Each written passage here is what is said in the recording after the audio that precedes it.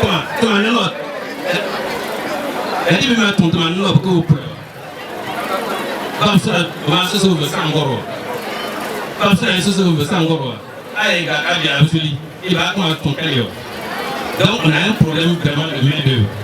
Il y a tellement de toi, il y a des gens qui sont et là il se réveille. Ça tout le projet, quand il se sauve face, on va faire quelque chose. La sangue, les sommes, ça a tout à bien le corps de celui. Et quand il y a le jour, quand il y a un tout. On peut causer un cas.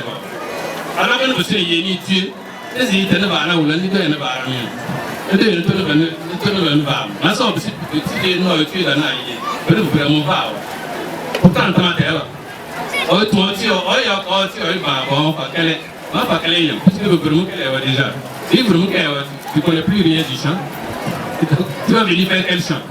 Alors que, quand on va à l'école, c'est pour apprendre des choses utiles pour venir aider à gérer notre exploitation.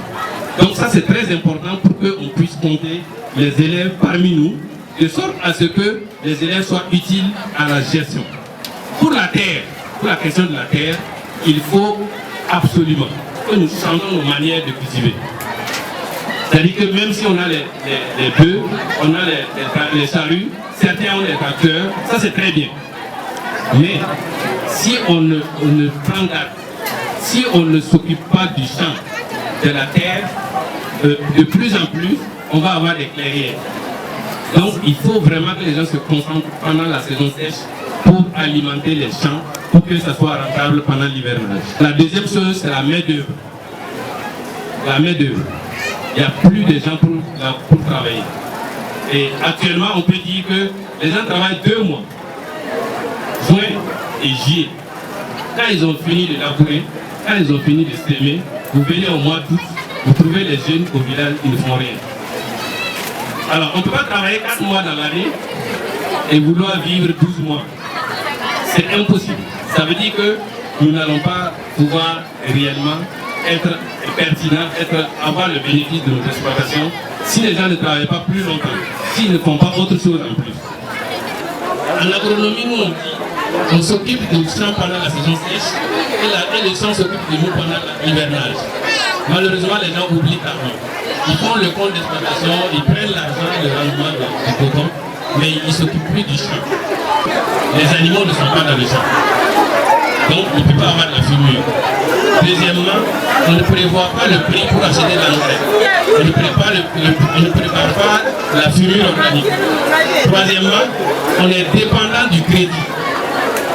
Ce n'est pas normal que quelqu'un investisse dans son champ pendant 20 ans et puis il continue à toujours prendre le crédit, c'est la même personne pour financer son champ. Moi je suis entrepreneur depuis 20 ans, si à un certain moment je ne peux pas le garantir à la banque, je ne peux pas avoir de crédit. Mais je ne compte pas sur quelqu'un si on ne finance pas. Alors donc ça, nos parents ont été piégés, y compris les jeunes.